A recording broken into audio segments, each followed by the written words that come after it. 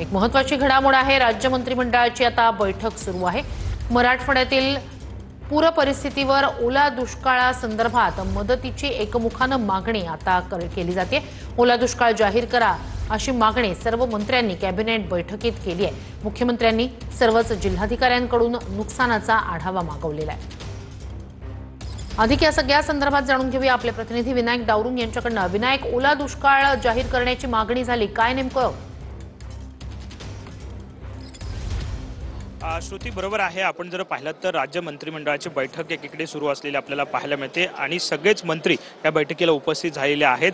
ज्या पद्धतीने आपण जर पाहिलं तर तिन्ही पक्षातले महायुतीतले जे मंत्री आहेत त्यांची मागणी हीच आहे की ओला दुष्काळ जो आहे तो जाहीर आता करण्याची वेळ जी आहे ती आलेली आहे। आपण जर पाहिलं तर मराठवाडा आणि आजूबाजूच्या परिसरामध्ये पाहिलं तर अनेक जिल्ह्यांमध्ये मोठ्या प्रमाणात पाऊस जो आहे तो झालेला आहे। मोठ्या प्रमाणात जमिनींचं शेतीचं नुकसान जे आहे ते झालेलं आहे। अगदी शेती जे आहे ते खरडून निघालेली आपल्याला पाहायला मिळतात। पिकं जी आहे ती उद्ध्वस्त झालेली आहेत। शेतकरी हवालदिल झालेला आपल्याला पाहायला मिळतोय आणि त्याच अनुषंगाने सरकारने आता कुठेतरी मदत करावी याकडे लक्ष जे आहे ते शेतकऱ्यांचं लागलेलं आहे। आजची कॅबिनेट बैठक ही महत्त्वपूर्ण आहे। ओला दुष्काळ जो आहे तो जाहीर करण्याची घोषणा या कॅबिनेटमध्ये केली जाईल अशी माहिती सूत्रांकडून मिळते। कारण आपण जर पाहिलं तर त्या ठिकाणचे सगळेच लोकप्रतिनिधी असतील, मंत्री असतील, प्रत्येक जण जे आहे ते मागणी आता करतोय। कारण शेतकऱ्यांच्या हाती जे आहे ते काही शिल्लक राहिलेलं दिसत नाहीये। मोठ्या प्रमाणात पाऊस जो आहे तो पडताना आपल्याला पाहायला मिळतोय। पुढील काळात सुद्धा पाऊस अजून पडेल असा इशारा जो आहे तो हवामान खात्याने दिलेला आहे। त्यामुळे साहजिकच प्रत्येक मंत्री आता ही कॅबिनेट संपल्यानंतर ग्राउंडवर जाणार असल्याची माहिती मिळते आणि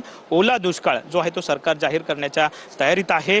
थोड्याच वेळात याची स्पष्टता जी आहे ती होईल। परंतु आपण जर पाहिलं तर मागणी जी आहे ती साहजिकच प्रत्येक मंत्र्यांकडून होताना पाहायला मिळते, लोकप्रतिनिधींकडून पाहायला मिळते आणि त्यामुळेच आजची बैठक जी आहे ती महत्त्वाची आहे। शेतकऱ्यांचं लक्ष जे आहे या बैठकीकडे लागलेलं आपल्याला पाहायला मिळतंय।